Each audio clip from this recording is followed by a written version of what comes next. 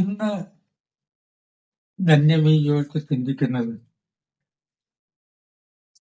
ചുരുങ്ങിയത് 1.5 മണിക്കൂർ എങ്കിലും വേണ്ട വിഷയമാണ്. പക്ഷെ ഞാൻ 10 മിനിറ്റിൽ പതിവ് പോലെ ഒതുക്കുക. പ്രപഞ്ചത്തിന്റെ അടിസ്ഥാനം എന്താണ്? ശബ്ദം കൊണ്ടാണ് നിർമ്മിക്കപ്പെട്ടത്. ശബ്ദം കൊണ്ടോ? അതെ. നാം കാണുന്ന ഈ പ്രപഞ്ചത്തിന്റെ ബേസ് ശബ്ദമാണ്. ഏതാണ് ആ ശബ്ദം? ഓങ്കാരം.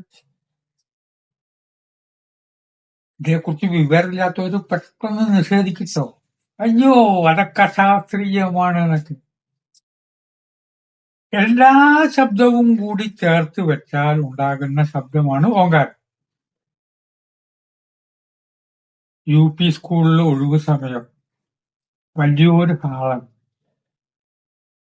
ആ കുട്ടികളൊക്കെ ഓടി ബഹളം ഉണ്ടാക്കുകയാണ്. വളരെ അകലെക്കൂടെ നടന്നു പോകുന്ന ആൾ ഒരു ശബ്ദം കേൾക്കുള്ളൂ.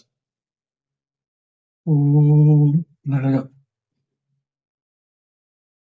എല്ലാ ശബ്ദവും കൂടി ചേർത്ത് വെച്ചാൽ അത് ഓമാണ്. അതാണ് ഓങ്കാരത്തിൽ നിന്നുണ്ടായതാന്ന് പറയുന്നത്.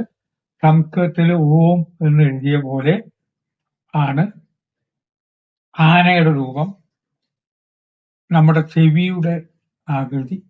അത് വലിയൊരു വിഷയം ആണ്. ശബ്ദത്തിനനുസരിച്ച് രൂപങ്ങളും വരും. ആന, ആ ആനയെ നമ്മള് വളരെ മഹത്തരമായിട്ട് ഗണപതിയായിട്ടൊക്കെ കാണുമ്പോൾ ഗണപതിയുടെ രൂപവും ആനരൂപവും ഓങ്കാരമായിട്ട് ബന്ധമുണ്ട്. അങ്ങനെ അപൗരുഷ എന്ന് പറയാവുന്ന രീതിയിലാണ് സംസ്കൃതത്തിന്റെയൊക്കെ ലിപി വന്നിരിക്കുന്നത്. ഒരു തവണ ഒരു കഥാസന്ദർഭത്തില് ബാലനായ മുരുകൻ ബ്രഹ്മാവിനോട് ചോദിച്ചു, അല്ല അങ്ങിങ്ങനെ സൃഷ്ടി നടത്തുകയാണല്ലോ, അങ്ങനെ നടത്തുകയാണ്, ഞാനാണ് നടത്തുന്നത്, ഓങ്കാരത്തിന്റെ അർത്ഥം എന്താ? ബ്രഹ്മാവ് കുടുങ്ങി. ശിവപാർവതിമാരുടെ പുത്രനാണ് സുബ്രഹ്മണ്യൻ. അയ്യോ അതെനിക്കറിയില്ല. ഈ ചെറുപ്പക്കാരൻ കുട്ടിയോട് ദേഷ്യപ്പെട്ടു. പിന്നെ അതറിയാത്തൊരു സൃഷ്ടി നടത്തുന്നു. ഓങ്കാരത്തിന്റെ അർത്ഥം അറിയാതെ നമ്മൾ പലരും ഇങ്ങനെയൊക്കെ ചെയ്യാറുണ്ട്. ബേസിക് ആയിട്ടൊരു കാര്യം ചോദിച്ചാൽ അതിനെപ്പറ്റി വിവരം ഉണ്ടാവില്ല. അതിനെ അശാസ്ത്രീയം എന്നൊക്കെ പറയും. എന്നിട്ടോ വർക്ക് നടക്കും. രോഗികൾക്ക് മരുന്ന് കൊടുക്കും ചെയ്യും, ചികിത്സിക്കുകയും ചെയ്യും, ചോദിച്ചാൽ അറിയില്ല. അങ്ങനെ അറിയാത്തവൻ സൃഷ്ടി നടത്തരുത് എന്ന് പറഞ്ഞു ബ്രഹ്മാവിനെ കാരാഗ്രഹത്തിലിട്ടു. ബ്രഹ്മാവാര നമ്മൾ സൃഷ്ടി നടത്തുന്നുണ്ട്. വകതിരിവ് വേണം. ബേസിക്കായിട്ട് കുറച്ച് വേണം. വലിയ ചോദ്യം ചോദിച്ചില്ലല്ലോ സുബ്രഹ്മണ്യൻ. ഇതെല്ലാവരും അറിഞ്ഞു. സുബ്രഹ്മണ്യനെ സ്വാധീനിക്കണം. ശിവനെ പോയിട്ട് കണ്ടു. ആ ശിവൻ വന്നിട്ട് എന്താണ് സുബ്രഹ്മണ്യ പ്രശ്നം? അല്ല, സൃഷ്ടി നടത്തുന്ന ആളാണ്, ഓങ്കാരത്തിന്റെ അർത്ഥം അറിയില്ല. എന്നാലും നീ അങ്ങനെ ദേഷ്യപ്പെട്ടാലോ സുബ്രഹ്മണ്യ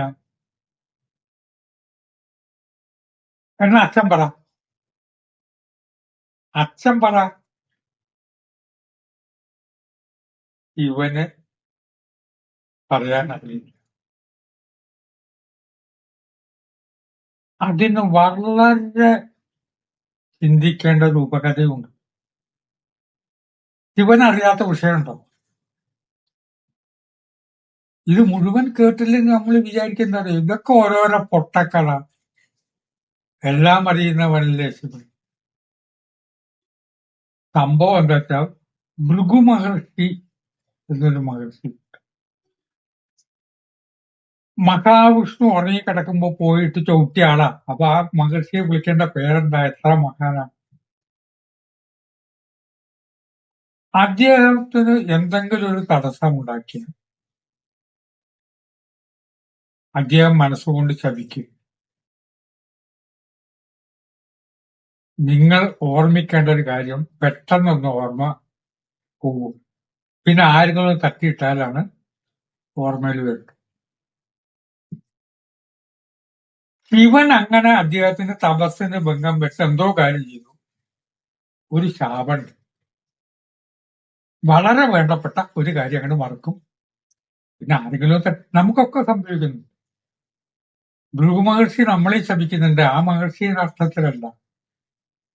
ചില പേരൊക്കെ മറന്നു. ചില പേര്.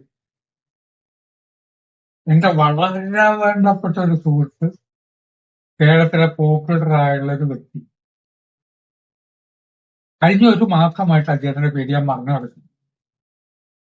ഞാൻ ആലോചിക്കും, എന്താ പേര്? ആരോടെങ്കിലും ചോദിച്ചിട്ട് തെളിവ് കൊടുക്കാൻ പറഞ്ഞു തരാമല്ലോ, ഒക്കെ ഒന്ന് കണ്ടുപിടിക്കണമല്ലോ. ഇപ്പോഴും വിളിക്കുന്ന പേരാണ്. ബോഡിയിലെ ഒരു സെല്ല് നമ്മോട് പിണങ്ങിയാവും. അതിന്റെ ഒരു സൂക്ഷിപ്പ് വെപ്പുകാരുണ്ടാവും.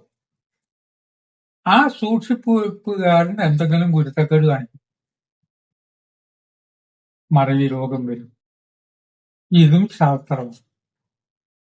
അതാണ് ശിവൻ അറിയില്ല എന്ന് പറഞ്ഞത്. ഒരു ശാപമേ ഉള്ളൂ, ശിവന് പെർമനന്റ്.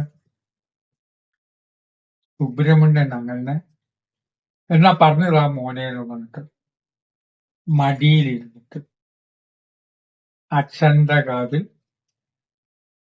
പറഞ്ഞു കൊടുത്തു, ഓംകാരം എന്താണ്.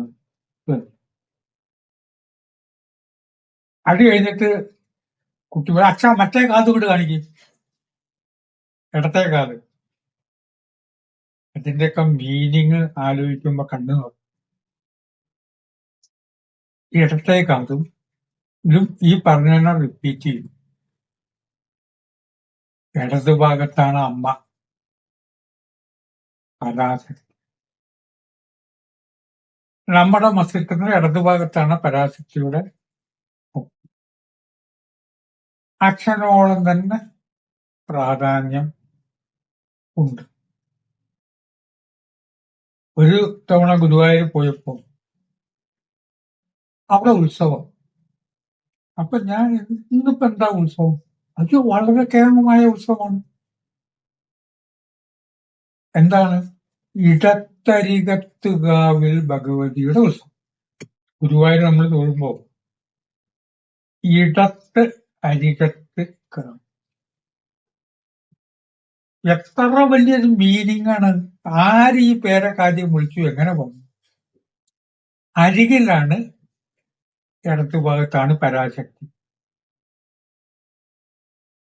പരാശക്തിയായിട്ട് ബന്ധപ്പെട്ട ഓർമ്മകൾ നമ്മുടെ ഇടത്തരികത്ത് കാവിലാണ് വരുന്നത്. അതിന് വളരെ ശക്തിയാണ്. അപ്പൊ സുബ്രഹ്മണ്യൻ വലത്തുകാതിൽ പറഞ്ഞ കേട്ടോ, അച്ഛൻ തലയെടുത്തിരിക്കും, ഇടതുകാതിലും പറയട്ടെ എന്ന് പറയുമ്പോൾ പരാശക്തിക്ക് ഇത് പറഞ്ഞു കൊടുക്കണം എന്നല്ല. നമ്മൾ ആഴത്തിൽ വായിക്കുകയും പഠിക്കുകയൊക്കെ ചെയ്യും. ശിവപാർവതിമാരുടെ മകൻ എന്ന് പറഞ്ഞതിൽ നമ്മൾ വിചാരിക്കണ പോലുള്ള പുത്രനൊന്നല്ല. വലിയ ആഴത്തിൽ അർത്ഥമുണ്ട്. ഈ അർത്ഥത്തെക്കുറിച്ച് ചിന്തിച്ചാൽ മുരുകന്റെ 6 പടവീടുകളിലൊന്നാണ് സ്വാമിമല. ഞാൻ സ്വാമിമലയിൽ പോയിട്ടില്ല, പോകാൻ വെച്ചിരിക്കുക. അപ്പൊ ഈയിടെ സ്വാമിമലയ്ക്ക് പോകാൻ ഒരാൾ വിളിച്ചപ്പോ ഞാൻ പോയില്ല. കാരണം എന്താ, ഇതിപ്പോ ഞാൻ ഈ പറഞ്ഞു തരുന്ന എന്നിലൊന്ന് ഉറക്കാൻ വേണ്ടി. അവിടെ വെച്ചിട്ടാണ് ശിവന് സുബ്രഹ്മണ്യൻ മുരുകൻ ഇത് പറഞ്ഞു കൊടുത്തു. മുരുകൻ എന്ന് പറഞ്ഞാൽ മുരുക്ക് എന്ന് പറഞ്ഞാൽ അതീവ സൗന്ദര്യമുള്ളവൻ എന്നാണ് അർത്ഥം.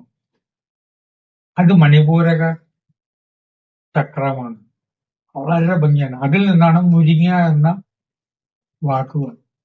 മുരിക്ക് എന്ന് പറയുമ്പോൾ ഈ ആശയത്തിൽ നിന്നാണ് വരുന്നത്. സാമൂഹ്യവേദനയിലേക്ക് പോകുന്നതിന് മുമ്പ് മുഴുവനും പഠിച്ച് തീർന്നാലേ അവിടെ ചെന്ന് ഇറങ്ങുമ്പോൾ ഇതൊന്നും ഒന്നുകൂടി മനസ്സിൽ വർക്ക് ചെയ്യുള്ളൂ. വളരെ അങ്ങോട്ട് പോയിട്ട് ഒരു സ്ഥലം കണ്ടിട്ട് കാര്യമില്ല. ഇതിന്റെ മീനിങ് ഇനി ആഴത്തിൽ ചിന്തിക്കാനുണ്ട്.